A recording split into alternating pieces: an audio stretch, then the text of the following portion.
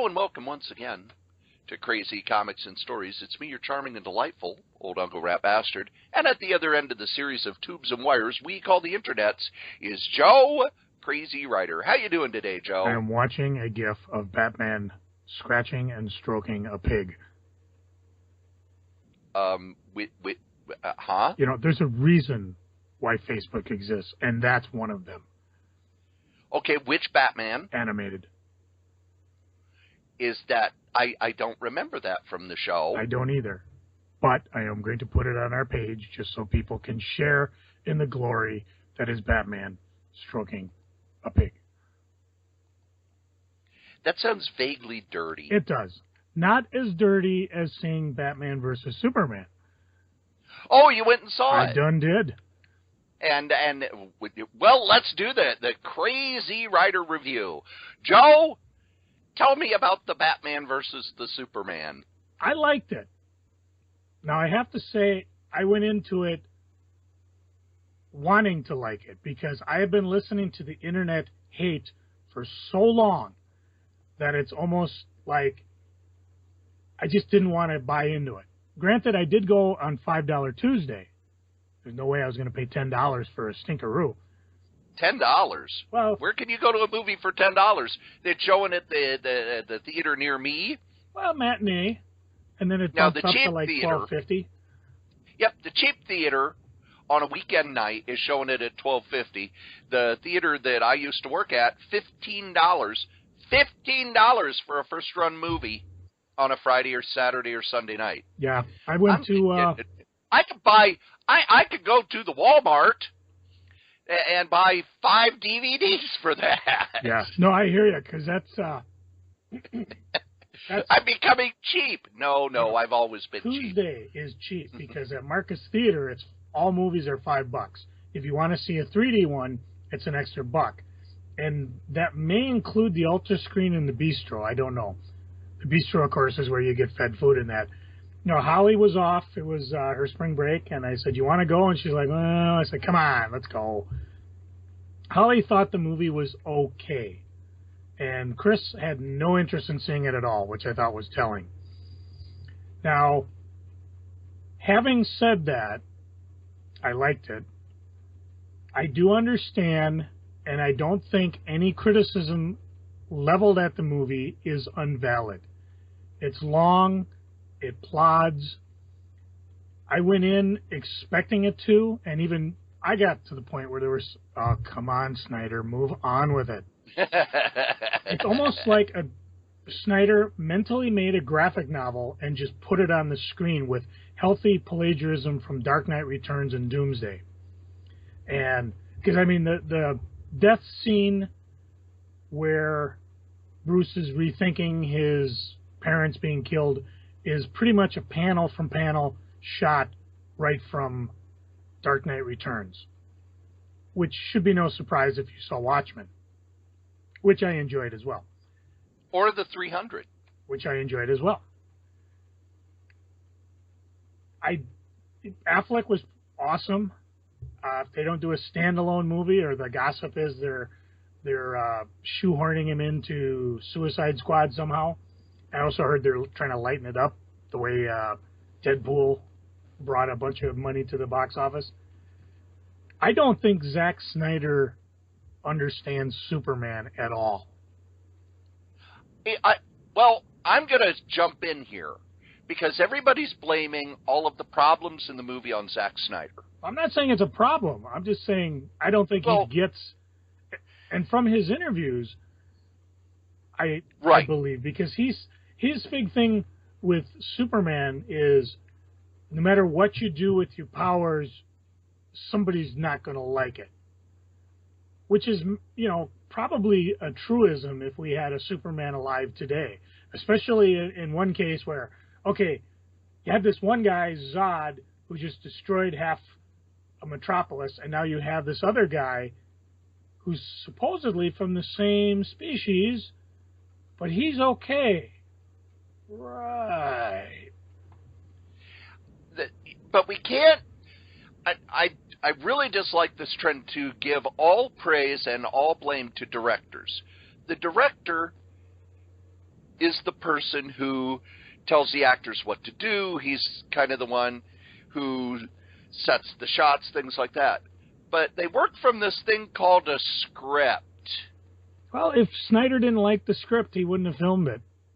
If Snyder didn't like the script, he may not have had anything to say about it, because let's remember, this was a huge movie that Warner Brothers Studio probably had their fingers all over. Oh, yeah. We heard what Josh Whedon talk about why he's not doing another Avengers for the same reason. But the interviews I've read with the screenwriter, David Goyer, where he says, oh, you can't do a character like they were in 1938. You can't do a light, happy character. I'd like to point at the Captain America movies. We're going to revisit that theme in a minute. But my problem, here's why I'm going to wait and watch it on DVD. Here's what I've heard. I've heard that there's there are long sequences that are too long. I've heard that it's a lot. It's not a single plot. It's a lot of stuff jammed in to set up what's coming in the future. And there's this story and this story and this story, and they don't all blend. And, it reminds me of Lot. Most movies like this have plot holes that you could drive a truck through. It smacks of the, well, if only you had stopped and listened, or if this character had said this or not withhold this. There's not a lot. If you go into it thinking Batman, you don't get why this Batman is so freaking angry to the point he just wants to kill Superman. After I saw Bat Superman, I read all the Easter egg articles and all the background and all the setup.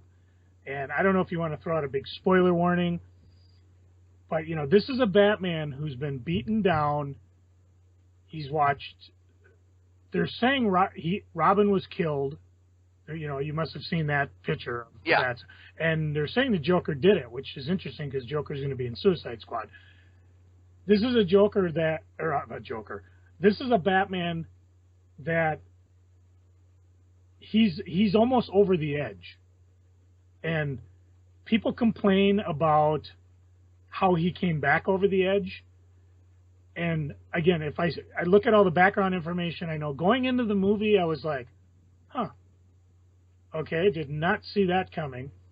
And again, spoiler alert, he stops the kill. He was going to give the death blow to Superman. He had the kryptonite spear, and the battle was fought, and Batman won.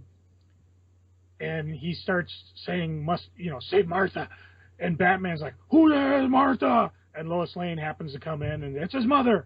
And boom, that's what snaps him out of it. Which is really odd to me, because I have never, in the 40-plus years I've been reading comics, made that connection that both their moms were named Martha. There are a lot of other things, too, in this movie, me being the comic fan, that I totally missed. Like they did a lot of dream sequences, which are really discerning when you're not quite sure if it's a dream sequence or not. And then, of course, when something shocking happens, he wakes up. I hate that in movies. I hate it. And there's even another one that I totally missed. You've heard about the Flash cameos? Yes, I've heard about a lot of cameos and stuff, setting up what's coming in future movies. Did not realize that was the Flash.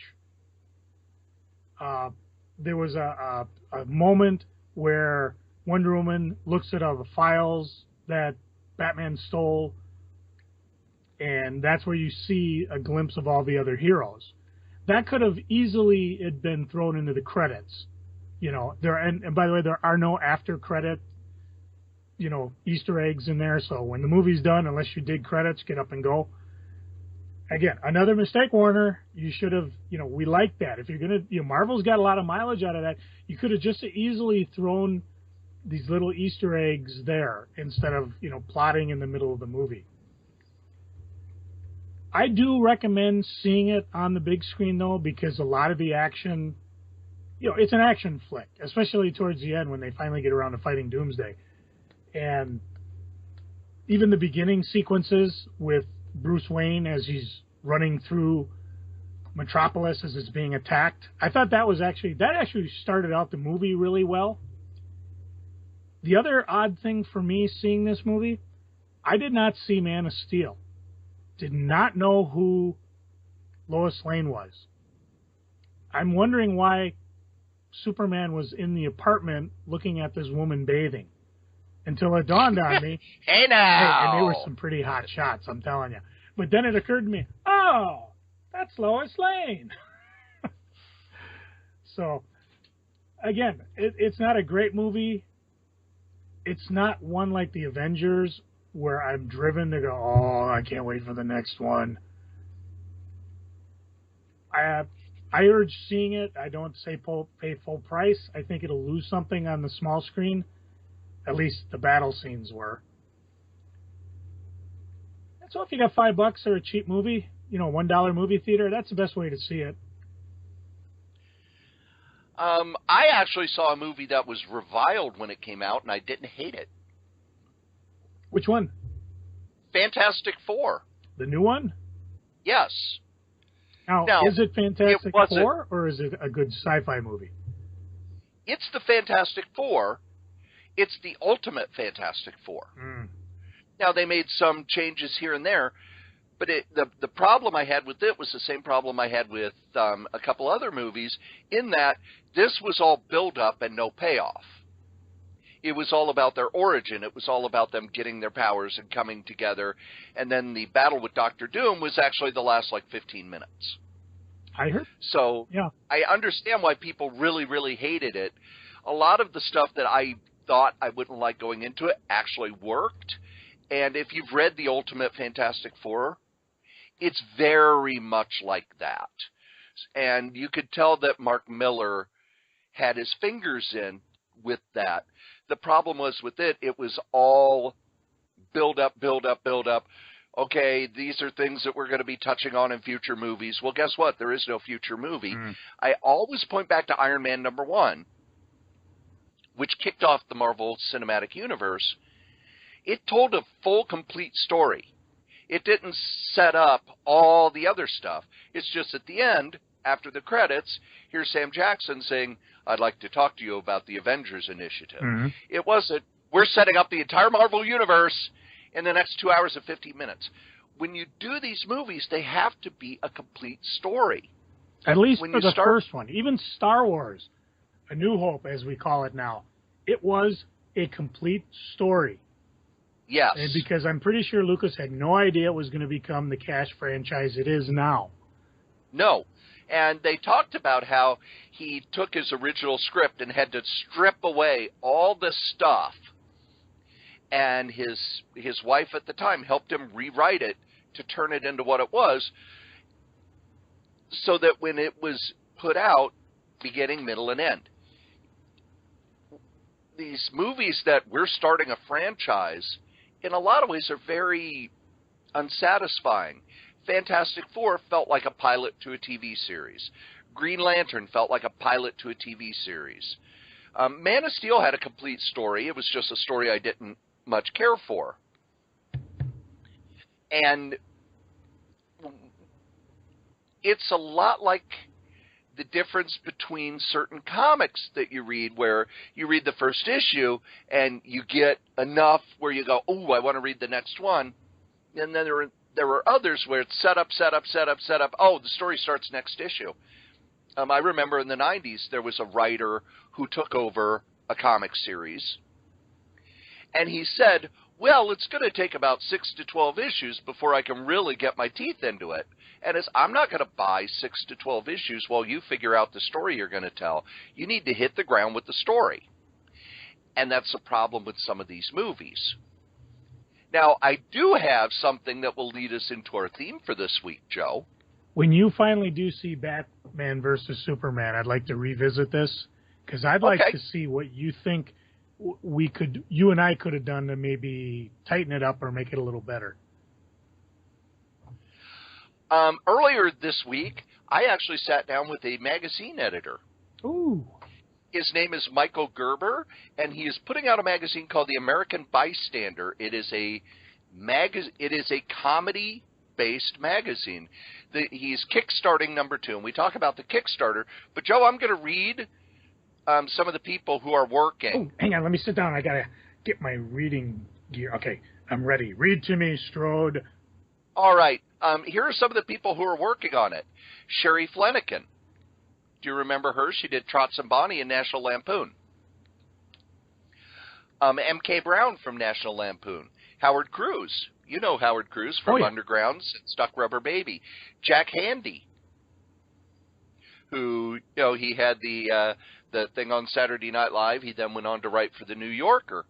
And here's the name that really got me hooked. Meryl Marco. Joe, do you know who Meryl Marco is? No. Meryl Marco was David Letterman's head writer when he started Late Night with David Letterman back in 1981. Mm-hmm. She is pretty much credited, she was the head writer on the show pretty much through the 80s. And she's credited with kind of creating Letterman's comedy style on that. So he's kind of gathering together a murderer's row of people who write funny stuff or draw funny comics. Cool. And I sat down with him to have him talk a little about the magazine, and here's the interview. You've got a very interesting Kickstarter that has a lot to do with what we're talking about for a magazine called The American Bystander. So why don't you introduce yourself to the listeners and let them know what The American Bystander is? Okay. Well, The American Bystander is a classic print humor magazine in the vein of the old National Lampoon, the first 5 years of National Lampoon, or Spy magazine. There are some in England too, Private Eye and Punch and the Oldie. But America hasn't had a proper print humor magazine since 1998. And my background is as a comedy writer and a magazine consultant, and I've been doing that for about 25 years. And when you're in that line of work, people are always asking you. They always say, boy, I used to love reading old National Lampoon, or, why isn't there a magazine like Spy around? And because I knew all the people that worked for those magazines and knew that they had stuff that they were still writing and they wanted to get out to an audience. And I, like I say, was hearing from all the people who thought that they would like to read something like that. We put together a group of people and launched a Kickstarter last fall to see if those people who said they would read it actually would pay for an issue. And so we were very pleasantly surprised. We didn't know that there would be an audience, but we were very pleasantly surprised. In last fall in November, we shot for $25,000, and we got over 41. And so we produced that issue, which came out in December to all of our backers, which is available on Amazon, BarnesandNoble.com, and via AmericanBystander.org. That 146-page print book, really, it's a softcover book. And the moment that dropped, people were asking for number 2. And, when people ask for something, I am enough of a people pleaser to try to do it. So we immediately launched into number 2, which we are currently kickstarting, and we've made our $25,000 goal, so it's going to happen. But we want to raise more money so that we can pay for more material and pay a better rate to our writers and artists. And I'm looking at the lineup you've got here. You've got a murderer's row. Yeah. This is amazing. You've got Sherry Flanagan and Howard Cruz, who I know from comics. Yeah. You've got writers from The Onion. But you've also got a person who I don't think gets nearly enough credit for the fact that she basically changed comedy on television forever, and that's Meryl Marco. Yes. And, Meryl is somebody who I'm getting to know a little better because she's got some work in number 2. She's got 3 pieces in number 2, including some comics. And I didn't know that Meryl went to art school. So when she busted out the comics, that was great. She's fantastic. She's a fantastic writer, and her sensibility is just so distinct and wonderful. So we're so fortunate to have her working with us for issue 2. One of the things that drew me to this was the fact that it does feel like one of the older National Lampoons. Right. Which had a lot of comic book sensibility to it. They would parody comics. Yeah. They brought in people like L'il Abner. They brought in a lot of the underground folks.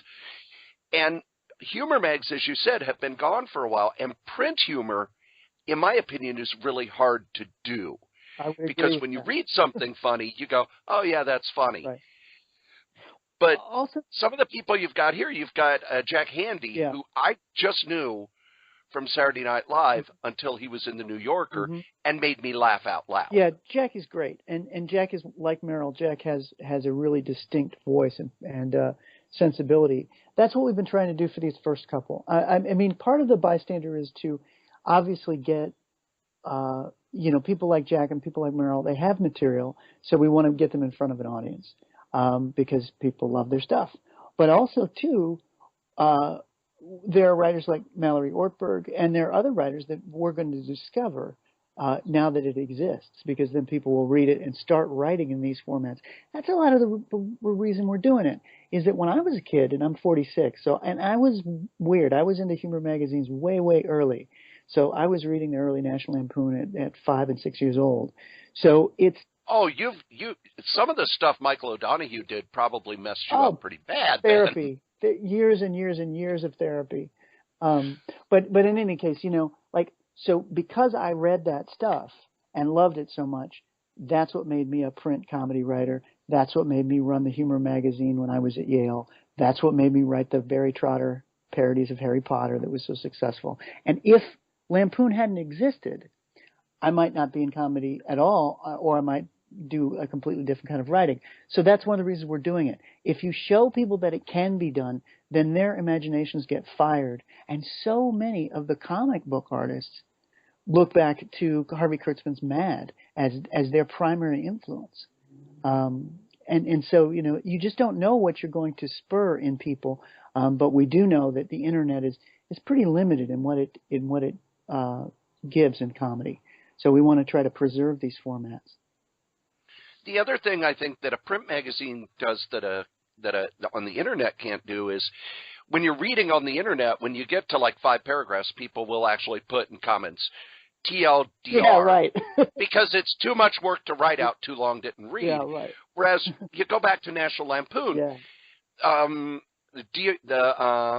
What was the one that was made into the movie by Altman? O.C. and Stiggs, the huge... O.C. and Stiggs, right. Was long. Oh, yeah. But you just kept reading it. That's the thing about humor magazines. When they're good, it's a type of literary magazine. You're exactly right. And O.C. and Stiggs or any of that stuff, even a short story by Chris Miller, those were so popular. One of the writers for Animal House. That's way longer than anything that people are willing to consume online. Yeah, it's interesting. The other thing is that somebody asked me yesterday. They said, "Who's your demographic?" I said, "We don't think of demographics. This is not advertising supported, so we don't have to think of demographics. So which means we don't have to do the same kind of thing that everybody else does, because we don't have to be sure to attract the 16 to 24-year-old male demographic. We can, and I do this. Simon Rich just sent in a piece today. Simon is a wonderfully funny writer, and it's a hilarious piece, but it has nothing to do with, it's not aimed at anybody. It's just humor. So a good print humor magazine is kind of a catch-all in that way, and it's really antithetical to the way magazines are funded and any kind of advertising, supported medium. It's just a bad fit. Humor magazines are just a bad fit in the same way that comic books are. I mean, that's what's so interesting about, I was just looking at something recently. There's an old documentary from the early 90s called Comic Book Confidential. I was rewatching it, and it just reminded me that what's wonderful about the undergrounds is how authentic they were, how they were an authentic expression of a certain set of artists, what they wanted to do, that the audience genuinely found it fascinating and bought it. They voted with their 25 cents or whatever it is. Very little media exists like that nowadays. Most of it is focus group to death, and most of it is aimed at the biggest possible audience that it can be. One of the great things about Bystander is I've set it up so that if we get 3,000 paying customers for each issue, we're doing fine. Everybody gets paid a decent dollar. If we get to 5,000, we can start to offer discounted subscriptions. And if we get to 10,000 or 15,000, we're really, cooking with gas. We'll be pretty unkillable. Because that's the other thing. You want to kind of create these. If you're going to create an insane asylum like this, you want to make it permanent. You don't want it to be relying on the good graces of a happy billionaire. One of the things you talked about, both Spy and National Lampoon, and Spy has got their archive available online, and National Lampoon, you could buy it on a DVD. Mm-hmm. And when I'm reading National Lampoon, while there's flashes of current event stuff, mm-hmm. it's very timeless in a lot of ways, whereas Spy was very much, this is what's going on right now. Absolutely. That's a change in the magazine business from 1970 to 1985. That's very much you can see that throughout the entire magazine business. It's not just the humor magazines, but that's exactly right. So what sort of feel are you going for? Because when I hear the name American Spectator, mm-hmm. I'm sorry, American Bystander. American Spectator, the political magazine, right? Yeah. When I hear American Bystander, it's to do that, by the way. You're standing outside, kind of watching. Yeah. Are you going to be doing? Which approach do you favor, and what do you think the magazine is going to be? Can I pick this up in? Issue 1 came out last year. Can I pick up issue 1 in 5 years and not need to go to Wikipedia to go, who the heck is this? The answer to that question is yes, because we're setting it up so that it's permanent. It feels permanent. It's a book, not a magazine. The only advertising in it is advertising for our contributors' work, so that you can help support the contributors if you like them, or things that we genuinely like and think that you should know about. Like in the first one, there were a couple of ads for a DVD set. One was Richard Pryor, and one was Steve Martin. And so, I really look at the advertising in the book as a type of editorial. We're trying to create a sense of community.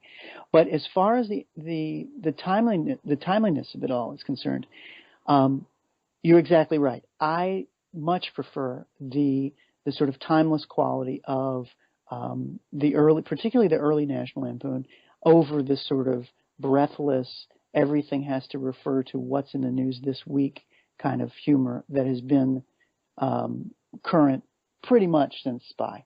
And I will tell you, I even the New Yorker starting with Tina Brown in the early 90s really became much more timely, and I think in large sense weakened itself because it became so much more timely.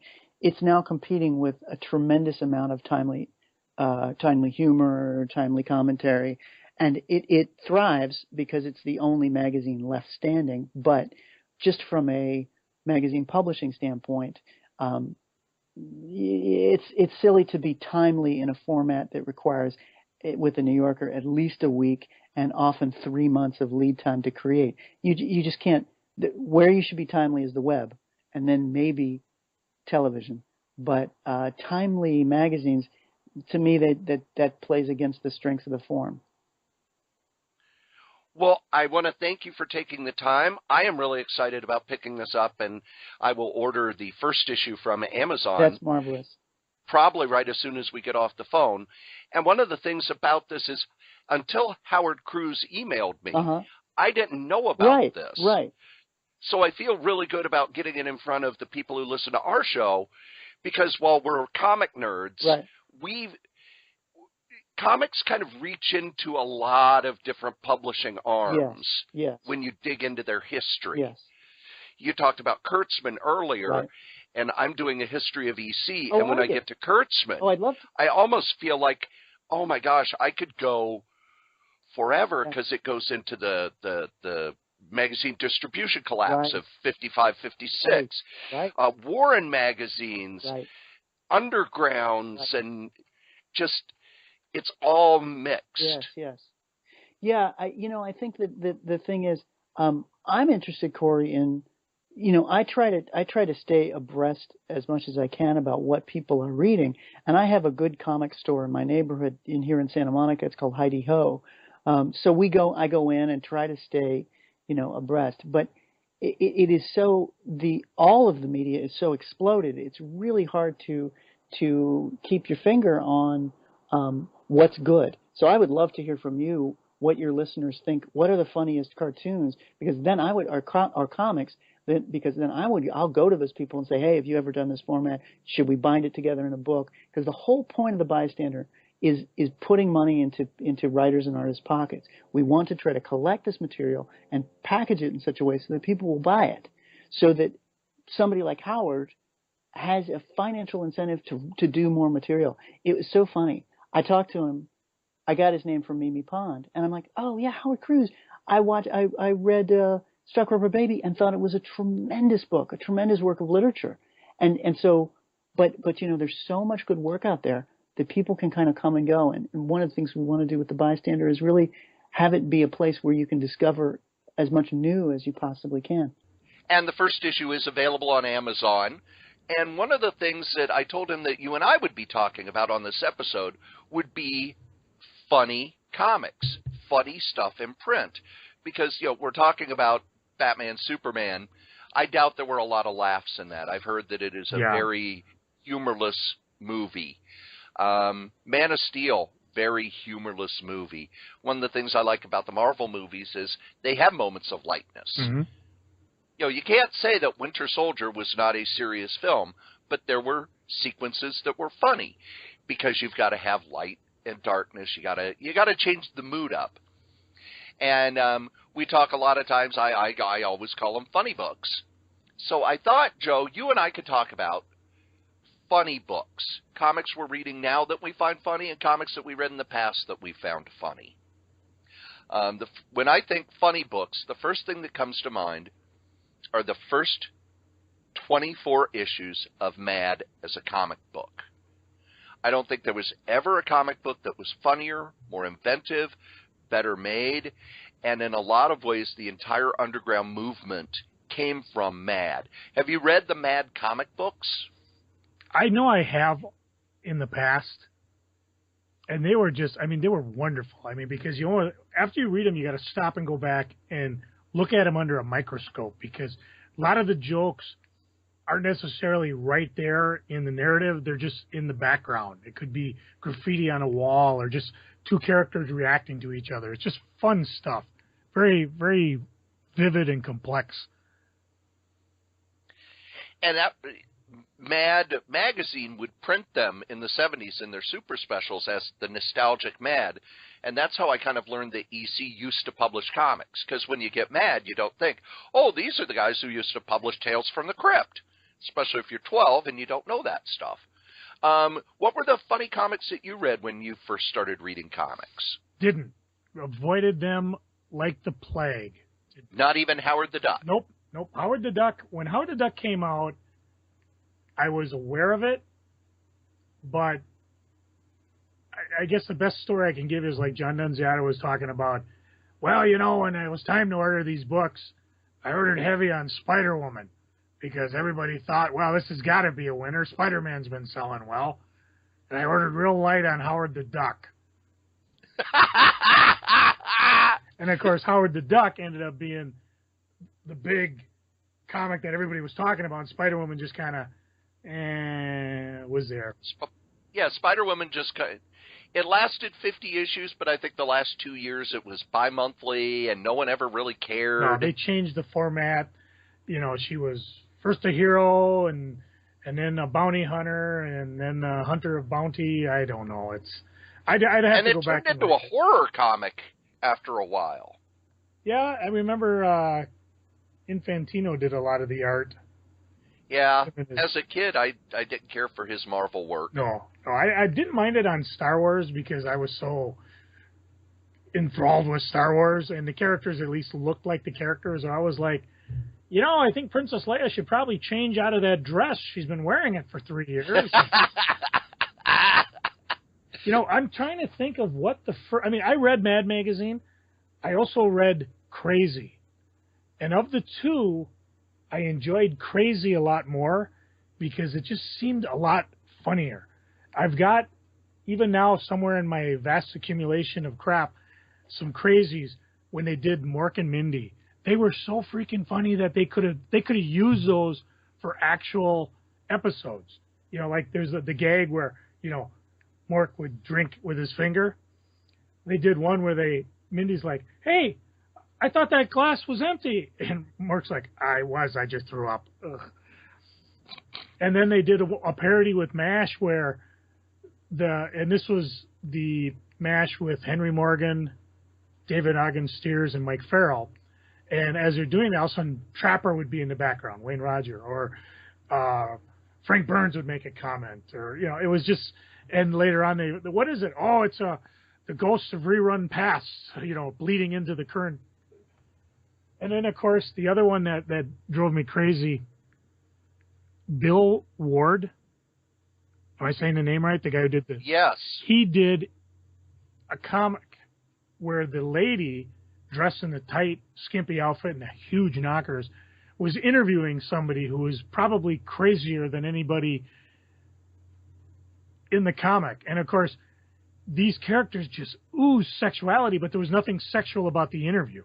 And then later on, I discover his fetish art. We're talking like 2 weeks ago. And I'm like, wow, I guess it wasn't just me. I mean, as a teenager reading this, it was like, okay. So that was probably my first funny comics. I recall the What If, where they did... Yes, the humor issue, number 34. Hilarious stuff. What if Wonder Woman was a man? And, the distinguished competition, if you run this, we're suing you. That was funny stuff. Butch would always come in with What the. He absolutely loved What the. I mean, he would read it and almost, that could be a podcast. Butch reading What the. It was just hilarious. We were in tears. It was so funny. I bet I know what the first funny comic you bought was. I kind of steered away from it because the ones that I picked up just weren't funny. And I talked about it before. They were like, I love Woody Woodpecker cartoons. So when I pick up the comic book, well, he's not funny, and he has a niece and nephew running around. When I read the Pink Panther, I love Pink Panther cartoons. I read the comic. Oh, the Pink Panther comic annoyed me so much because he was talking. Tom and Jerry, same thing. It was like, I liked the cartoons, but when I went to the Dell versions of the comics, they just didn't do it for me. So usually I'd stay away from it. The one comic that, of course, years later I discovered why I kept coming back to was Uncle Scrooge. And it wasn't really funny. I mean, there were funny bits in it, especially, Uncle Scrooge screwing Donald out of his pay or finding unique ways to make money without paying for money. And then you find out later it was Carl Barks that did all this stuff. And that's why they were like, there would be Walt Disney Presents, and there would be like an Uncle Scrooge story, which was great, and then a Mickey Goofy story that wasn't, and another Donald Duck story that wasn't. I had no idea it was because of Barks. It was just that brilliant. I am going to make a guess at the first funny comic you bought regularly. You ready? Sure. Gru. You got that. Yep. Sergio Aragonés and Mark Evanier did a Conan parody that has lasted forever. And while Evanier says, there's only 4 or 5 jokes, it's okay. There are certain things about the character that they do all the time, but it's like with Bugs Bunny. Yes, Bugs Bunny only has a few jokes, but it's all the setup in how you get to them. Or the Roadrunner has one joke. Everything the Coyote does backfires. But as long as you're creative and interesting about it, you can keep doing that joke.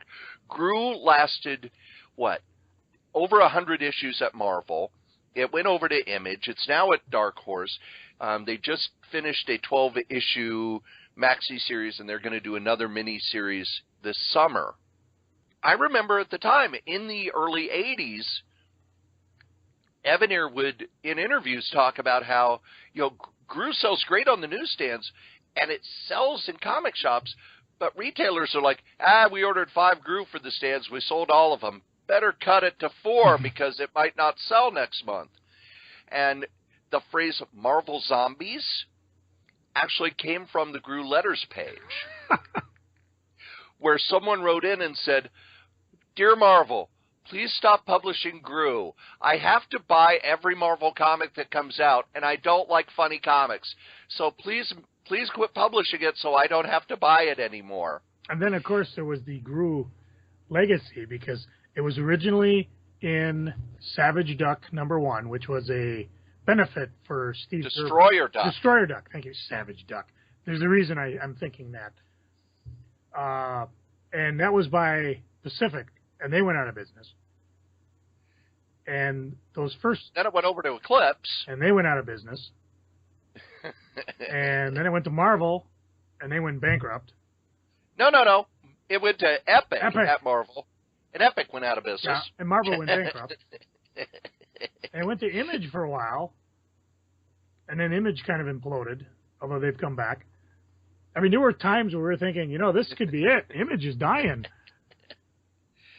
Well, one of the things Image had to do in the mid-'90s, they had to bring in a whole bunch of indie creators and bring in books like Bone and stuff that people were self-publishing, because their contract with Diamond was such that if they wanted to stay in the front of the catalog, they had to maintain a certain market share. And if they didn't maintain that market share, they'd be bumped back in the catalog. Now, in a lot of ways, that saved Image, because then they kind of became the home for creators who wanted to do creator-owned stuff, rather than what they started as, which is the 6 creators who want to do a whole bunch of their own superhero universes. But even then, even Image had some comedy books. They had, what was the one that had the parody of Spawn? Oh. I just remember. They did Splitting Image. Yep. Which is a parody. Griffin came in and did Trencher.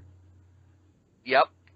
I can't remember. And the problem was there were also a lot of black and whites and other publishers that would come out, and if Spawn was hot, they would do a Spawn parody, and they were, of course, protected under copyright law or parody law or whatever, as long as they did one issue of it and didn't return to it. The 80s, you had the Teenage Mutant Ninja Turtles, which created a whole black and white boom and bust, but there were some other books that were actually really funny during that time. There was Normal Man, which we've talked about. Nat Rat with Mark Martin. Oh, hilarious. And as he did more than one, the first one was a parody of Dark Knight, and the next one was a parody of Elektra Assassin that just got weird, and then he did another one, and Mark Martin's work got progressively more surrealistic and strange, and he's a cartoonist who I really love, and I wish he would do more stuff. But a lot of that was, like Hamster Vice and death-crazed teenage superheroes, but there was another one that came out before The Tick, because when I think funny superhero comics, I think The Tick. The Tick was incredibly funny, and I think it was pretty innovative, and it's a comic I could go back and read over and over. But the creator of this comic felt The Tick was a ripoff of his book. Who was that comic, Joe? I don't recall. Megaton Man. Megaton Man? Yes. Don Simpson's Megaton Man. That was a funny book, but I don't see how it was. I don't either. But Simpson, when The Tick came out, you'd see interviews with Don Simpson, who at the time was working on Wendy Whitebread, Undercover Slut, was just furious that how is The Tick getting all this stuff when he's just stealing what I do? No, it was very different. Megaton Man was a mean, angry, very incisive parody, whereas The Tick was just goofy superhero fun. That was, while Megaton Man was very pointed satire, The Tick was more just goofy superhero silliness. Oh, yeah. But in the 80s, my favorite humor comic, and it's still probably my favorite non-mad humor comic, Ambush Bug. Oh, I forget all these things. Ambush Bug was hilarious. And one of the beautiful things about Ambush Bug now, it's all in a showcase except for the miniseries they did a few years ago. And I have gone back and reread it a few times. And one thing I will say about it is if you weren't a comic fan back then, a lot of the jokes are just going to pass you by.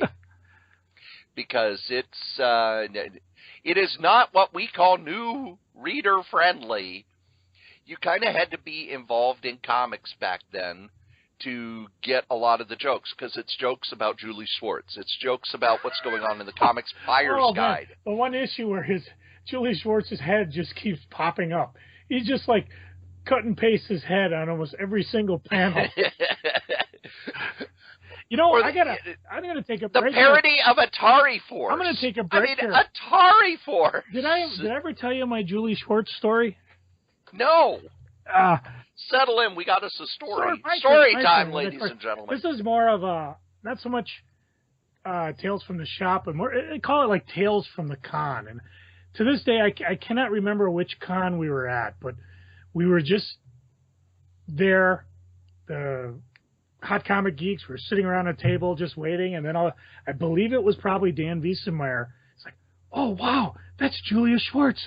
And we turn around and we look at him, and he's got the most gorgeous babe on his arm. He may have had one on each arm. I don't recall. But, I mean, we were just like, oh, man, Julie gets all the hot chicks. And, you know, he came and he turned around, and as he left, we all start going, Julie, Julie, Julie. And he just stops, turns around, and he puts his hand, clasps his hand over his head like, yeah, champion. We're just like, oh, man, that was so great. And we didn't see him the rest of the con. Just at one time at the table, Julie, Julie. Oh. And there's a reason I had a Julius Schwartz story loaded. We'll get to that later. Joe, in your shop, when Marvel would come out with a humor book, because Marvel still, every so often, after their big event, will put out a parody of it. Mm-hmm. Did humor books sell? Or I think superhero fans kind of don't want to buy humor books. And if a book is, quote, funny, unquote, they're not going to buy it. Yeah, if the small shop, Crazy Comics, I probably did not order them because we were real tight on shelf space, and I probably just ordered for whoever wanted it. At the big shop, I probably would have ordered 5 and just let it go. And maybe with the mega events now, they weren't as common when I had the big shop. But nowadays you walk into a shop and here is an entire shelf of all Civil War, or here is Convergence. You know, it pays to put all the crossovers together. And we did that somewhat, but for the most part, you don't really do that. Now I would take that book and I would just put it in with the Civil War stuff, you know, if it was whatever the Civil War funny book was. I'm looking over comics that are funny now. Gru still comes out. And when Gru comes out, I enjoy that. The Tick that's not by Ben Edlund, I don't find entertaining at all. The new Howard the Duck comic isn't really funny the way Gerber's was. Gerber's, there were plots that just made me laugh out loud when Howard ran for president. So insightful, so smart, and yet still in a superhero type mode. Well, Howard, we think you're doing best. Well, I'm not doing well in the polls. Yes, but you have more assassination attempts than any other candidate. So we feel that that's a good sign that people really hate you. And if some people hate you, the rest are going to vote for you. I think I Hate Fairyland from Image is pretty funny. The gist is that, how old is she? 6 years old. And she got sucked into Fairyland. And normally when you get sucked into Fairyland, you have to complete a quest and you go back. Well, it's been 46 years, and she hasn't completed the quest, hasn't figured out how to complete the quest. She's a bitter, complaining old person who just as soon slit Mother Goose in half as listen to her rhyming wisdom. And I found it darkly hilarious. I'm just going down my previews list here, see if there's any other funny books that I'm picking up. A lot of times there's books that have fun in them, like Drax by CM Punk. You know, he's just out trying to have a drink and everything gets all messed up. I think that's one of the things in the Marvel books they are putting in humor. Yeah, I don't. Well, Knights of the Dinner Table is fun. Knights of the Dinner Table is a funny book. That's really it on my list. I mean, Gru's not being published at the moment. But one of the things I talked with Michael Gerber was the fact that printed humor seems to have completely gone away because, well, there's humor all over the place. I can read humor on the internet. However, one-panel cartoons, they're out there on the internet, but they're pretty hard to find. The only place that's still printing them is the New Yorker. Playboy has stopped publishing them. Funny comic strips, I'm sorry. A lot of the strips in the newspaper that are supposed to be funny, I don't find funny at all. Doonesbury's been in reruns for 3 years. Get Fuzzy's been in reruns for years. Dilbert, I still don't understand why anyone thinks that's funny. I find Dilbert funny just because it's like if you live the cubicle life, which I think you did at one time. And there's things like even today, I swear they could have just wrote TSA manager on it, and I just, you know, it's like I feel like I'm talking to a manager on this. So I think if you've lived a work life, he even admits a lot of his gags come from his readers. They just send them in. I think a lot of the problem I have with the strip, first, I hate the art. I absolutely hate the art. Yeah, it is pretty simplistic. And the other thing is, and maybe I'm getting too meta with it, it's like, okay, it's kind of making it okay to be in a shitty job where you're treated poorly because, well, that's just the way it is.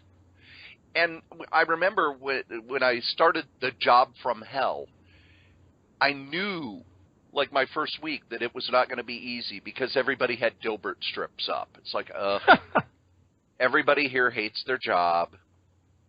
Everybody here's, you know, going to be angry and upset. This is not going to be a good situation to walk into. I do find Zitz funny, and the Sunday strips for Zitz are just amazing. The way he plays with the art form and the way he plays with panels and the layout is great. But a lot of the strips that are supposed to be funny, you just kind of look at and go, oh, okay. What was the last thing you heard? Last thing I heard, I was starting to talk about National Lampoon. Oh, I was gonna ask if you'd ever read Pearls Before Swine. Yes, I have, and I think Pearls Before Swine is pretty good. I mean, I love his Sunday strips because it is the worst setup for the worst puns that you ever get. But when it comes to printed humor, you've got a nice, funny piece in the New Yorker, and nothing else. You know, when I was in high school, there was National Lampoon. Now, National Lampoon was past its prime, but it was still good. Then in the 80s, you had, you know, Mad was still fairly funny because you still had Di Bartolo writing. You still had the artists, the main artists who'd worked at Mad since the 60s were still putting out work. But by the 80s, they were starting to fade off. But you also had Spy Magazine. And even when you had the shop, there was a magazine that would reprint humor columns and humor editorial cartoons. I forget what it was called. Comic Relief? Yep. And I enjoyed that, but then it started coming out less and less frequently until it faded away. So that's why I'm really excited about American Bystander. And in a lot of ways, I wish comics would diversify a bit more. Even Archie, I love the new Archie stuff, but the main Archie book, it has some gags, but it's more soap opera. Jughead is soap opera. Afterlife with Archie, oh, that's not funny at all. I wonder about that book. I think they might have written themselves into a corner. Well, a lot of the problem is it's not coming out regularly, so now that it's coming back, I really wonder if it's going to be able to sell well, because they've had a hiatus of almost a year. You know, with Afterlife with Archie, it probably has a beginning, middle, and end. And because it's had such a huge gap in publishing, I wonder if it comes back, if people are going to still pick it up. Because one of the things about Archie is that they really aren't real good at trade paperbacking their stuff. And maybe it's different now, but when I go into a comic shop, I don't see the Archie trades, especially I don't see the Afterlife with Archie trades if there is one.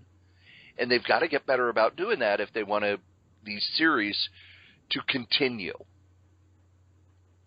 What was the name of the magazine you were talking about? The American Bystander. And when did you say it was coming out? The first issue is already out, and the second issue, which they are kickstarting, and they've already hit their goal, comes out in May via PDF, and it does come out at Amazon printed as well, and it's a $20 magazine, but it's a nice, big, thick magazine with very little advertising and tons of content. You know what else is happening in May? What's that? The MSP Comic-Con 2016. Over 100,000 square feet of comic book action. There'll be a huge variety of comic and collectible dealers, over 250 guests, and of course, if you go to MCBAComiccons.com, not only will you see our gorgeous visage in the free panel area, plus we're also under the exhibitor, so take that as it may. But all the other guests are listed as well. Admission is $14 a person. If you bring $1 off for the food shelf donations, you get and that's for both days, by the way. And they give you a wristband, I believe, that don't wash it off, so you don't have to worry about it. But again, bring $1, bring a can of food for the food shelf. You get $1 off. Age 9 and under are free. And on Saturday, it's an extra hour, 10 a.m. to 6 p.m. So, oh, Lord. Yeah, 10 a.m. to 5 p.m. Sunday at the Minnesota State Fairgrounds in the grandstand. They're bringing the grab bags back. 500 on Saturday, 250 on Sunday. And, of course, we're advising that you go get advance tickets from that same website, www.mcbacomiccons.com, because the advance ticket sale line was short, whereas the regular ticket line was long. And, of course, Cory and I will be there. Podcasting, streaming, periscoping. You will not be able to escape us that weekend. By the end of the weekend, I will be so sick of human contact that I may just barricade myself here in the Solitaire Rose compound and not come out for weeks. Now, as you know, we're heading into April, and a lot of you are thinking spring cleaning, which my daughters will be taking over the charity booth for the MCBA Comic-Con. If you're doing some spring cleaning and you got some stuff that you would normally drop off at some other charitable organization, think about bringing it down to MSP Comic-Con. We'll take almost anything, as long as, we're not talking, used clothes, but if you got a pair of tube socks you never used, we'll take those. You know what? If you've got gently used comic book-related T-shirts, we'll take those. Got some graphic novels you know you're not going to get any money trading them in at your local used bookstore, bring them down. Comics, toys, other knick-knack collectibles. Matter of fact, tomorrow... I want a slap chop this year. I want a slap chop. Someone must bring a slap chop. Tomorrow, and of course, everything we sell goes to charity. So you take it as a tax write-off for 2016, depending on what your tax situation is. And not just a tax write-off, but a karma write-off, because you've done some horrible things over the last year. We know that. And you must atone. I mean, I will go run the footage if you wish, but, we don't have to if you just come and cough it up. And I think we covered the charities that we're doing this year. There's a new one this year. Yeah, we've got Lupus Foundation of Minnesota, the Comic Book Legal Defense Fund, and local chapter of Bikers Against Child Abuse. And, of course, all the money raised not only from the charity booth, but through to me, the highlight of the con, the original art and unique collectible charity auction. They split it 3 ways. If you have something you want to go specifically for one of the charities, we do that as well. So it's a good time. Do some spring cleaning. Give to a good cause. I said, Cory and I will be right next door to the booth doing some podcasting. So once you drop the stuff off to my daughters, stop over, say hi, and maybe if we like what we hear, we'll put you on this here podcast. You know who else is on this here podcast? Who's that? These guys, our sponsors. Believe it or not, kids, this silliness has actual real sponsors. Our first sponsor is Graze.com. Graze gives you healthy snacks sent to your house. You can have them delivered weekly, bi-weekly, monthly, and your first box is free if you use the code CORYS3R5B. Our second sponsor is Bombas. Bombas socks are some of the best socks in the world, and remember, for every pair you buy, they donate a pair to a homeless shelter or other worthy cause.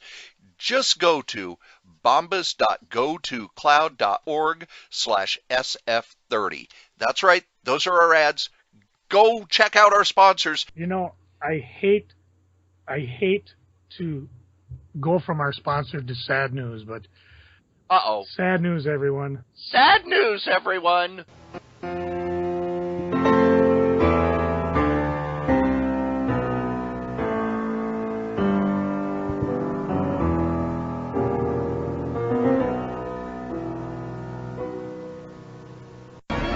It's a trap. Yeah, Eric Browers failed. He was an American radio dramist and voice actor, most notably known as Akbar! And he passed away on April 3rd. I guess we won't see him in any of the upcoming movies. Although we may hear him if they just use the old sound clips. It's possible. I mean, he was Akbar in Force Awakens, so... That's right. So he did have a last hurrah. Well, after we get done with the ads, we always talk about the eBay. So, Joe, what's going on the eBays? Funny you should ask that. Funny? I ask it every episode. Now, you know how I've always talked about the best way to do eBay, because, you know, I can't tell you, there isn't a day goes by, okay, make it a week, maybe a month, a year. Okay, I don't get asked a lot, but when I do, people ask, how do you sell on this here eBay thing? And of course, Joe, how do you sell on this here eBay device mark thing? That down. Okay, I'm good for the year. There we go. So as you know, I live to serve. I have a basement that I lovingly call my accumulation of crap. Because as we know, the most beloved man in comic books, Tony Isabella, he calls his the accumulation of stuff. And there's no way my stuff is as good as his. So I've got crap. What I do, of course, is I'm selling it here on eBay, as I have almost from episode 1, except when I was, traveling and I wasn't doing the eBay. So if you go to Crazy, Krayz, and you check it out, let me know if you buy or win something. I'll give you something free from my pile of stuff. But I found this big U-Haul box, and so to me it's almost like Christmas because I'm going through stuff.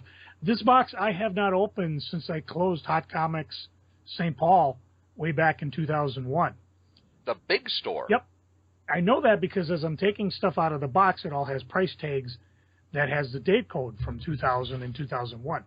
The first pile of stuff were some corgis, some large-sized corgis. And you had dogs in there? Oh, they're probably very hungry by now. No. The Matchbox-sized cars. Oh, okay. Although Good, because I was about to report you to the ASPCA, and I do that because they have the ads running where, the dogs are sad and there's the sad music, and you know that, well, when those ads run, you know what I think, Joe? I think I need to quit watching TV on Saturday afternoons. And those depressing ads, I'm telling you. So anyways, as I'm moving these around, these are actually, I'm not sure what scale these are. A little bit bigger, almost like miniature Tonka trucks. And I've got one like for Kojak. Here's one for A-Team. They're kind of cool collectibles, especially if you like the particular one that is there. And I look them up on eBay. They haven't really gone up or down on price. So, I'm figuring if people are asking, these retailed maybe $24. People are asking $25 to $30 a piece. So I'm thinking, I'll put them on eBay at $20. The next batch I run across is some Japanese toys. Now, these are really confusing to me because I have no idea where they're from. And Japan. I have no idea what they're worth. So Japanese money? No, they might have some real value because originally they had a price tag of anywhere from $50 to $75 on them. Oh. And they're what they call dual model toys, where they're half plastic, half die-cast. And they're, of course, of Japanese robots, and most of the writing on the box is in Japanese. So what I do is I kind of look and I figure, okay, well, let's type a few things on eBay or in Google. So the first one is it's called Stolik H8 Round Facer, Series 2 from Fang of the Sun, which apparently is the manga. There isn't one on eBay, so I just put it at $100. And I do a lot with best offer. So again, if you're ever on eBay and you see something, give me a best offer. I might accept it. I'm trying to get rid of this stuff. I'll buy that for $1. A couple other ones were from a company called Takara. Brutish Dog, ATM, Red Shoulder. I have no idea what any of these means. Scope Dog. They're on eBay. They're kind of priced about the same that the original retail was. There's some people asking for $85, selling them in Hong Kong, free shipping. Okay, I'll put them at $80, free shipping in the USA, so you don't have to worry about that. Plus, I have the best offer up. So again, if you're into these properties, check it out. Then I run across one that's totally in Japanese. There is one word on there, Unify. So what I do is I go to my Google, which I'm doing right now, and I type it in, and I run across a site called Collection DX.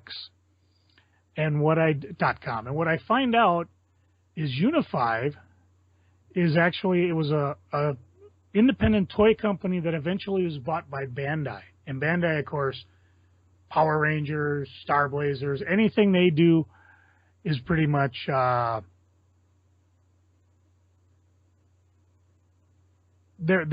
like the Hasbro of Japan, for better word. So I'm still trying to figure out what these things are. And then I find some other American writing that says CSG.04. Okay, well, I happen to have a website that seems to understand what this is, CSG-04, and I type it in, and then it comes up with this particular toy, and I could not even pronounce what it is. Daikojian. We should probably get Lyndon on the show and talk to him about this, because I couldn't pronounce any of these things, but I find out it's called Time Boken Daikojin DX from Yato de Taman Shochin Goken. It's a fairly well-built dual cast toy from a TV show called Yato del Maten. It was made by Unify, released in 2000. Mint in the box. It comes with a sketch from a gentleman, Kunio Akawara, who I guess is the creator of the show. And on the bottom they say, these demand collector prices. I'm like, what does that mean? Okay, let's go back to eBay. I type in a few keywords. I find a few people selling these from Japan, $500. Holy cats! I know. I'm like, oh. I have no idea if it's worth $500, folks. Again, I put it on eBay at $500. The only other ones on there are from somebody selling it from Japan. I've got it at $500. I got to make an offer. Again, I know it's a collector's toy. I don't really know what it's worth, but who knows, if I can sell it, I might just pay for this here podcast for the next year. That is, assuming I don't keep losing $100 every time I visit you, Strode. What? Well, you might as well get into freaking and geeking, because I got some All freaking. All right. This is where I get beat up, yeah, isn't it? It's going to be a bloody one. Well, it's time for everybody's favorite part of the show, Freaking and Geeking. Joe, what are you freaking on? Let's work our way backwards. I ended up paying $100 to keep some guy from towing my car away from Cory's house.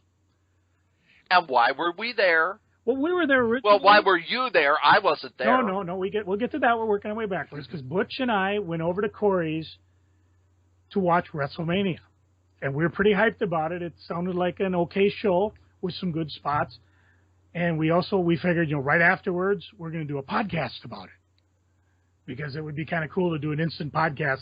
Again, not everybody's big on wrestling, but we are, and it would be kind of fun. So we're at Cory's, but Cory, you said you weren't there. You want to explain to the people why? Well, our once in a while co-host called in the middle of the second match of the actual show because there were like 4 matches before WrestleMania started. And then in the middle of the second match, now I got to tell you too that Cory laid out a nice spread. I mean, he got us pepperoni pizza for Butch and I because we're not vegetarians. He laid out a nice cheese pizza, some cheese bread, veggies. I brought over chips. I brought over dips. I mean, we were ready to just camp out. I had cookies. Cookies. Cookies. Bread. We didn't even touch the pumpkin bread. And bread, wasn't it?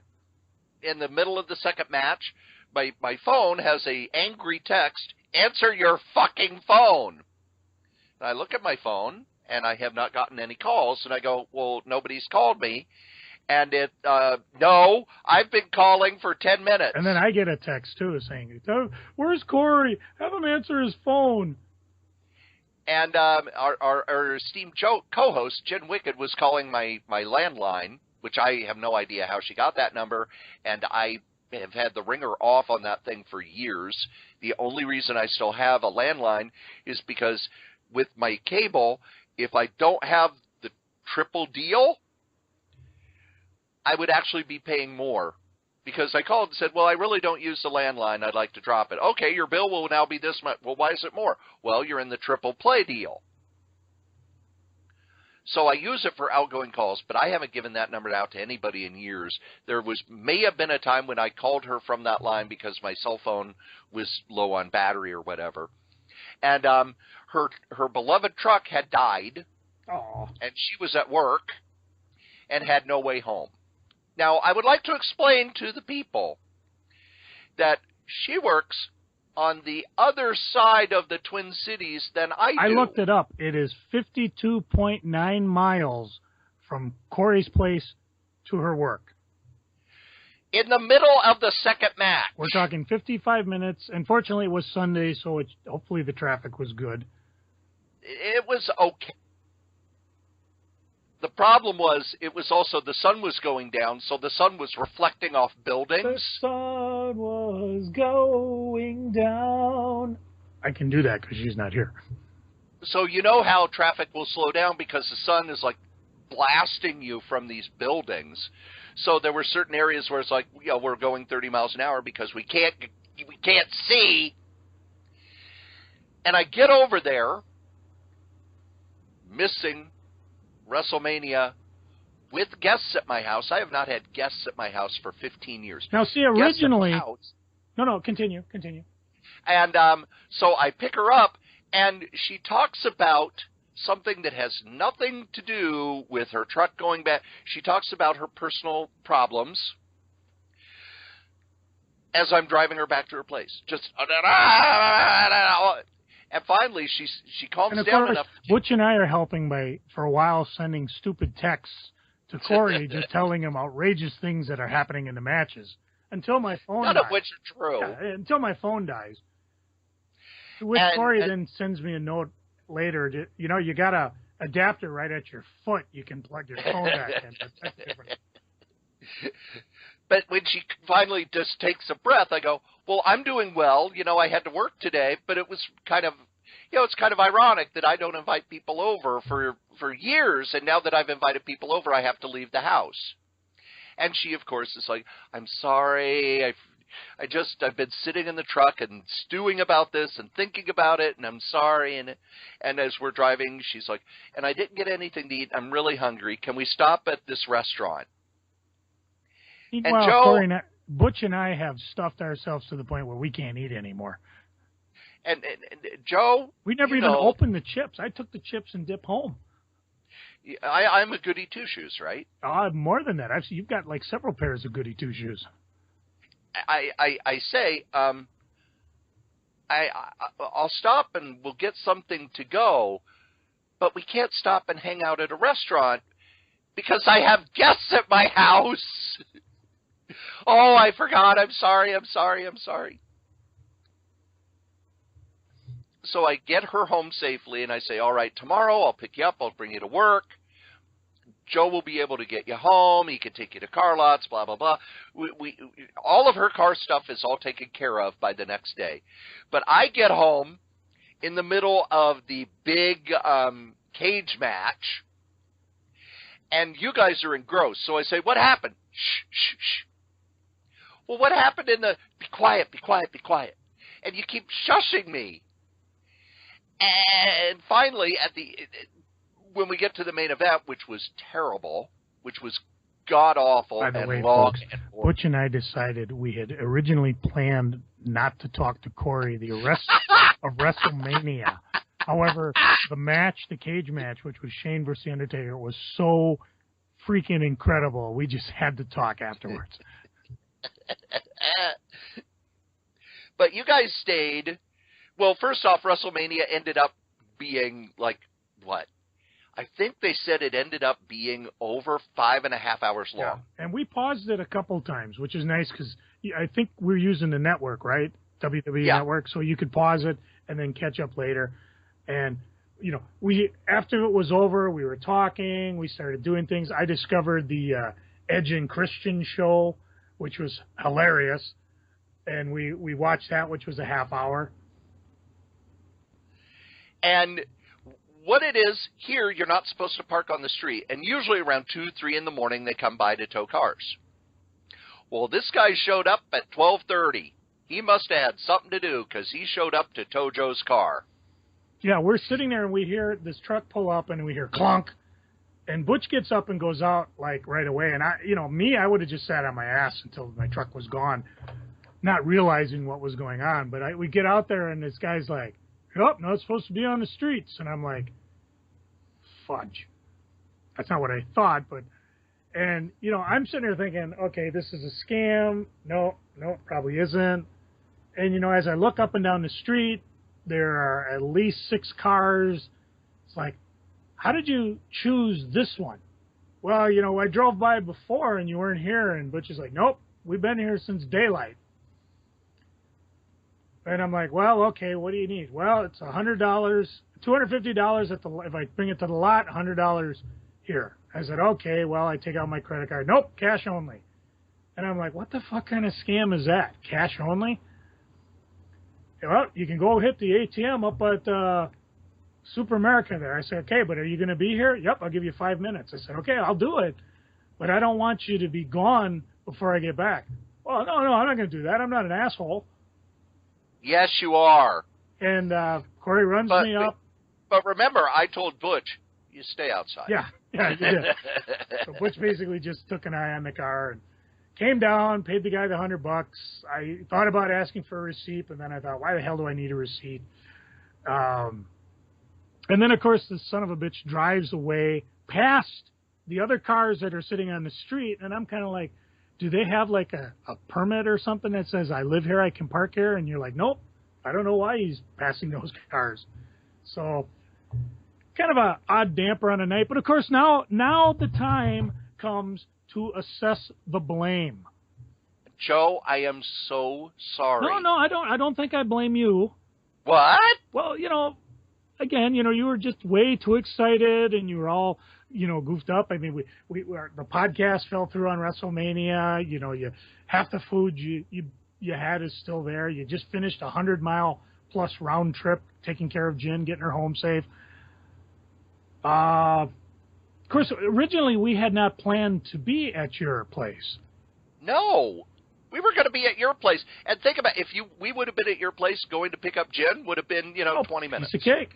And 30 minutes tops. Yeah, and there's no curfew, posted or unposted around my neighborhood, except when there's snow. And Jen found that out the hard way a few months ago, but that's a different story. But why Oh, I remember why we switched venue. My beloved wife was feeling sick.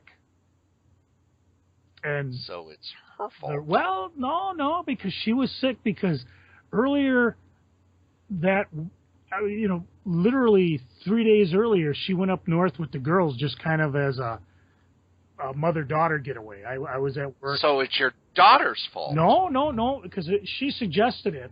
But when they were up in Duluth, they stopped at a Greasy Spoon out-of-the-way place, and she had... So it's Duluth's fault. No, it's the Greasy Spoon. Wait a minute. She had the fried chicken. So it's the chicken's fault. Maybe I need to start eating chicken to get even with them. Oh, I'm not sure what should happen. So the moral of the story is... Don't eat chicken. Before WrestleMania. And that's what I'm freaking on. Cory, what are you freaking on? That was enough. The fact that I still have not watched WrestleMania. And to be fair, Cory tried his damnedest to put money into my PayPal account, which I refused. I told him he could pay me whatever he felt he needed. And, of course, being that he has some payback coming, he'll be buying shit off the charity table come, MSP Comic-Con 2016. But I figure once you get, an actual, steady job that pays you real money, real benefits, or this here podcast makes you a multi-billionaire like Kevin Smith, then I will come for my $100. Okay. Really, the only thing, I still haven't watched WrestleMania because I drove all the way over there and all the way back. And, Joe, I love Jen to pieces. Nothing but love for her. I went the next day and, helped her go find a car. But, man, that was a hell of a drive. Oh. I mean, I was gone for 2.5 hours. And, when I drove it, I at least had Butch in the car with me. And that was a hike. When I got back, I was tired because I'd worked all day already, and I was ready to just flop on the couch and watch my wrestling. So I still haven't watched WrestleMania. Hopefully I'll get to watch it soon. But yeah, and then the next morning I had to pick her up and take her to work. So I had to drive from my house all the way to hers in rush hour traffic, get her to work. And then I didn't start work till much later, so I actually stopped at the gym and was able to get a full workout in. But by the time I got to work, it was like, I just want to go back to bed. I was really tired. And believe me, I tried my damnedest to get Cory to do a podcast. I thought it would be great. But I was merciful. We potted a little bit later. Yeah, we couldn't have potted that Monday night because you were car shopping. Yeah. And then Tuesday I was just gone. Yeah, so we're running late, and there's been all sorts of technical issues. So there's the other thing I'm freaking on. My Sunday's going to be spent patching this thing together. Here we thought it would be an easy one, but I swear, if there's some Windows screwed up, I was closing Windows and I accidentally closed Skype. The internet made a return because we're recording this baby at about midnight, and of course at midnight is apparently one of the times it just shuts off. And then Skype dropped the call and said, we're sorry we dropped the call. What do you think of this? Oh, baby, 0 stars. But fortunately, Cory is editor extreme, and so while I'm sitting back cleaning my dungeon, he will be editing this here podcast for your Monday enjoyment. Thank you. Joe, what are you geeking on? I've been geeking on some things. I finally got a Roku cord. See, that was also something that had nothing to do with the freaking stories that my Bun Rabbit ran behind the TV, even though we had him blocked, and apparently decided to chew on my Roku cord. So we were even not sure because Cory's going to bring his Roku cord over, but they have different cords for different models. But I finally got one, and I've been able to get back in my my Netflix kick. I did get my Box Day. I have not read a lot out of Box Day because the last couple weeks I've been reading a book. I really haven't talked a lot about freaking or comics in the geeking part because I've been reading Welcome to Night Vale. a novel by Joseph Fink and Jeffrey Cranor. We've talked about Night Vale as it's a podcast that takes place in a city where pretty much all the horrors of your life go to stay. Once you're there, you're pretty much going to stay there forever. It's a friendly but terrifying and a comedic but dark and glittering but bleak town. That's where the Glow Cloud originates from. The podcast is free to download, and I just Google it because I don't have the welcome to nightvale.com. There it is. And they do podcasting, they do a live show, they have merchandise available, and this is their first book.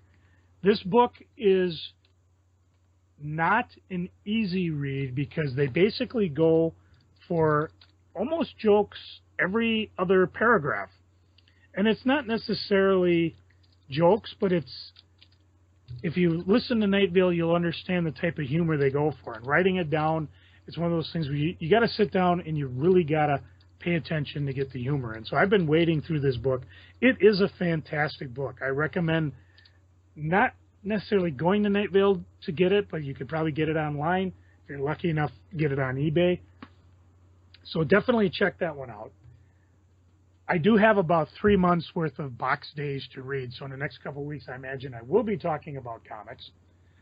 The one I did pick up, and at this point in time, you never see it coming because you're never quite sure when it'll get there, but right now it is time to ask the Strode. Uh-oh. Cory, Let me get in the chair. Hold on. Okay. All right, I am now in the thinking chair. Okay, you have your thinking grenades? Yes. Good. Okay, Cory, I'm going to give you hints, and you're going to try to guess which comic this is from. Okay. Let's see. I will go to... Okay. Some of the action takes place at 211 Court Avenue. Okay. No idea. The final words of the protagonist are missed. Doggone it.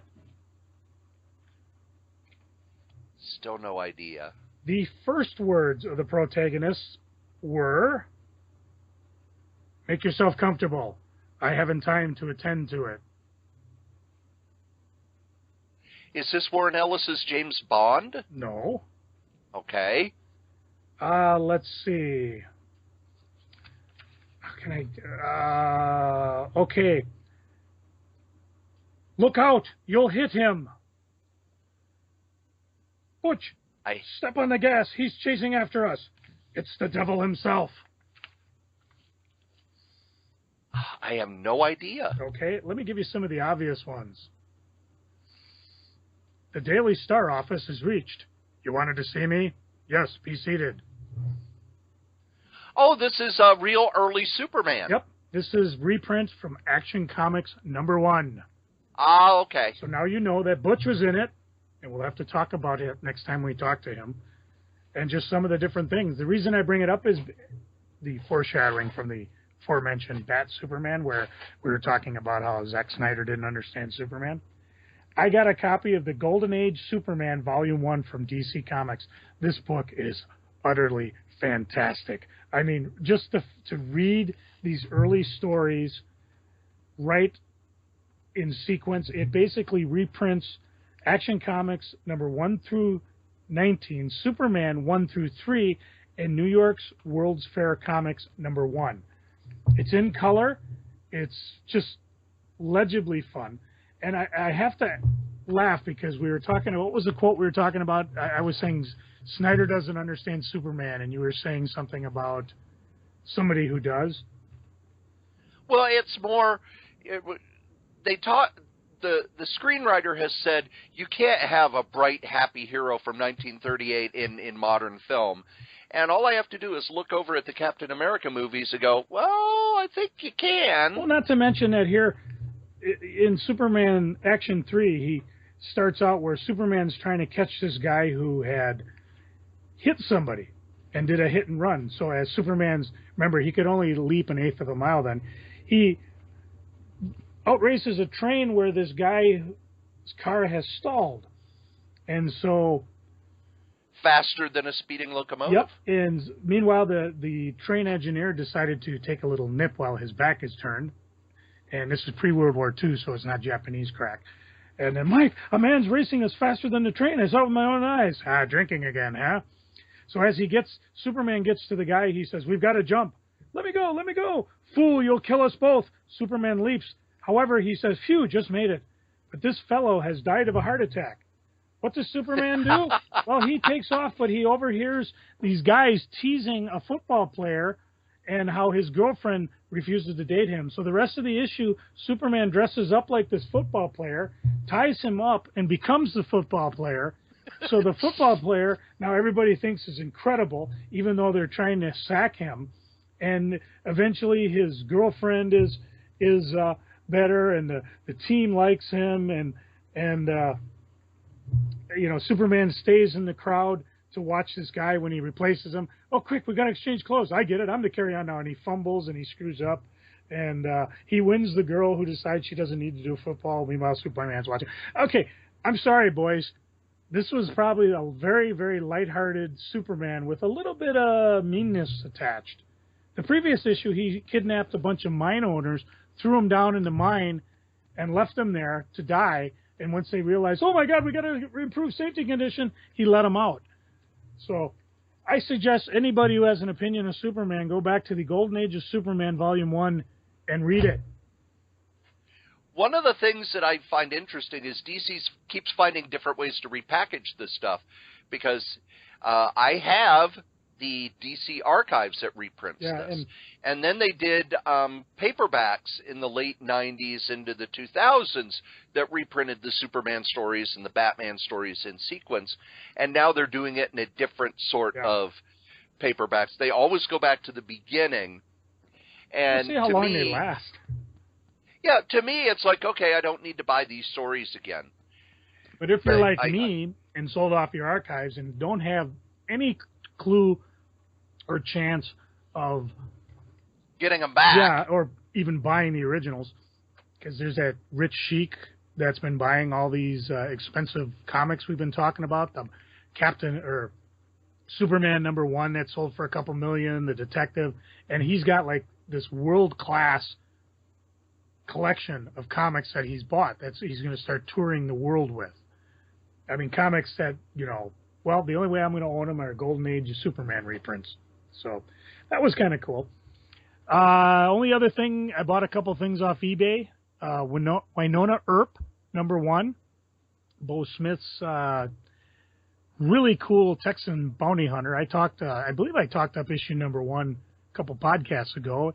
It's a sci-fi television show that debuted a couple days ago, actually. I think this will drop on Monday, and it was the previous Friday, and of course they'll rerun it over and over.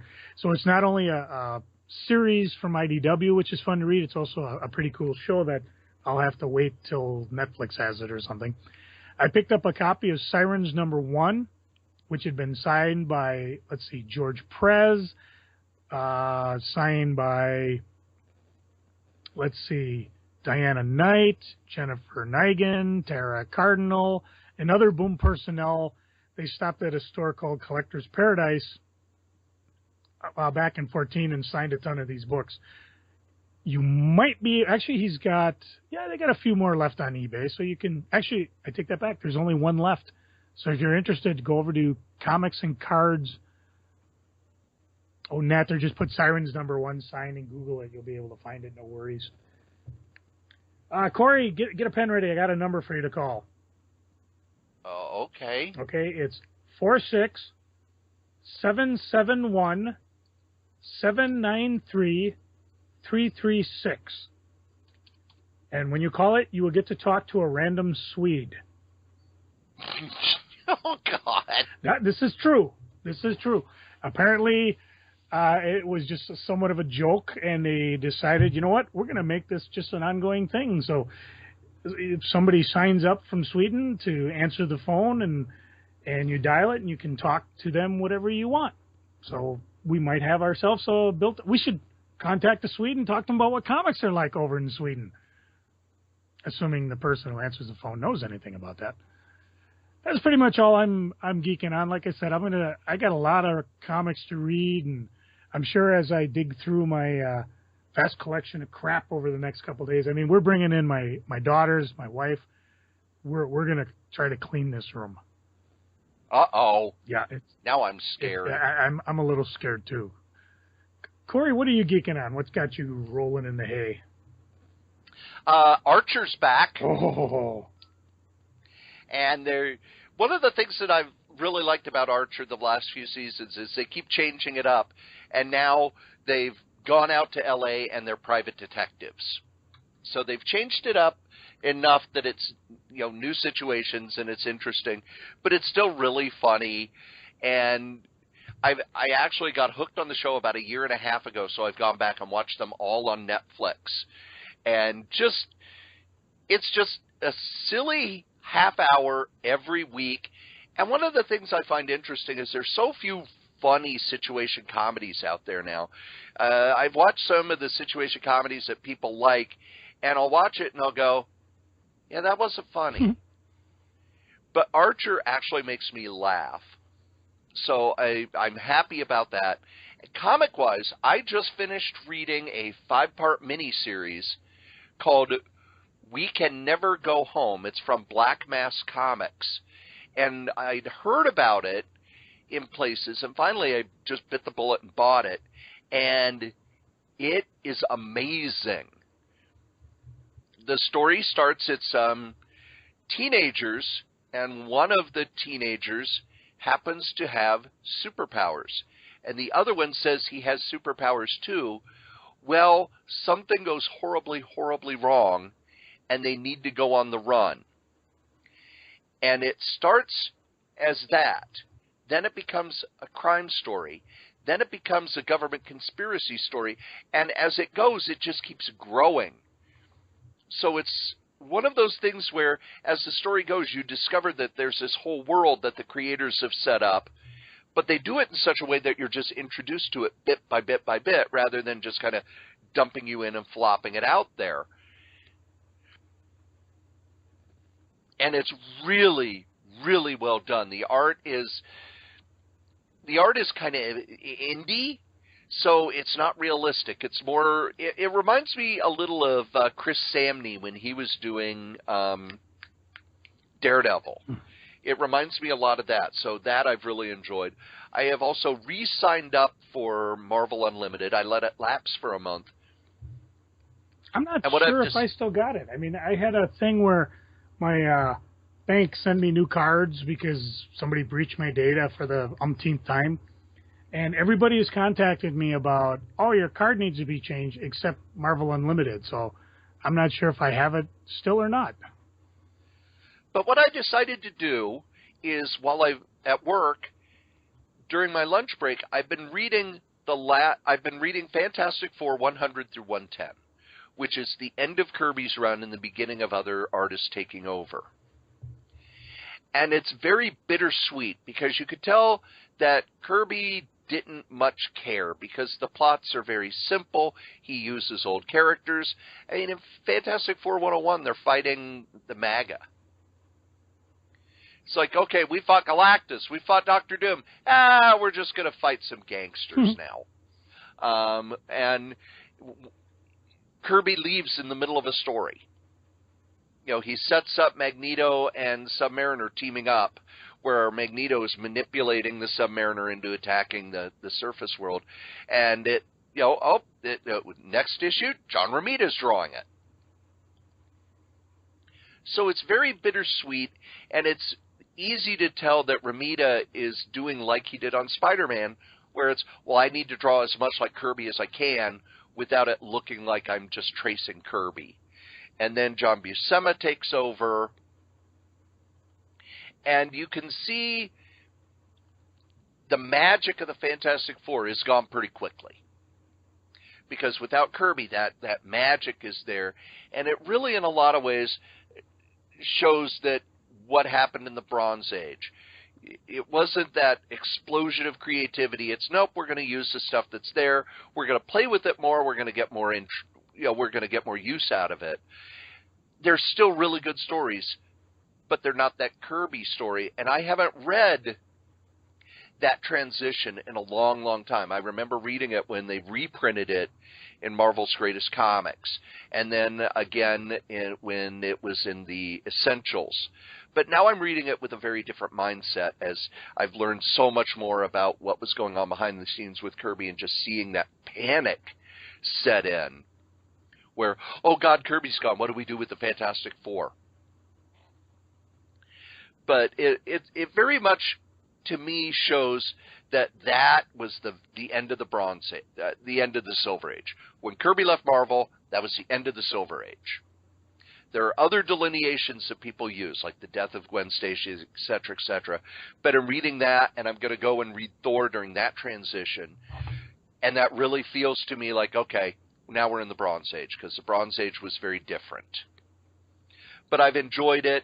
One of the things that I do when I read Marvel Unlimited, I read the modern stuff, of course.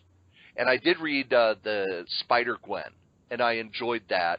But I have some reservations, because if you don't know Spider-Man continuity really well, you're going to go, who the hell is that? What's that? Why do these characters know each other? So it's not new reader friendly in my mind. But going back and reading the stuff from the 50s that's never been reprinted anywhere, that's what's the most fun for me, because it's like, well, these stories nobody's read. I doubt a lot of people buy their Marvel Unlimited. A lot of the kids in their teens and their 20s pick up Marvel Unlimited and go, well, I want to read Spellbound #7 to see if there's any Joe Manili art in it. But that's what I do with it, because that's who I am. Because you're nuts. I'm a nerd. You're nuts. I'm crazy. And you have some issues, too, because you've been listening to us talk about funny books for an hour and a half. Thank you. And as we say every week, kids, the comic we like the least, we still like better than the comic that you like the most. Joe? Try and be nice to people. Avoid eating fat. Read a good book every now and then. Get some walking in. And try to live together in peace and harmony with people of all creeds and nations. The Meaning of Life, via Monty Python. Cory, hit my music. The end.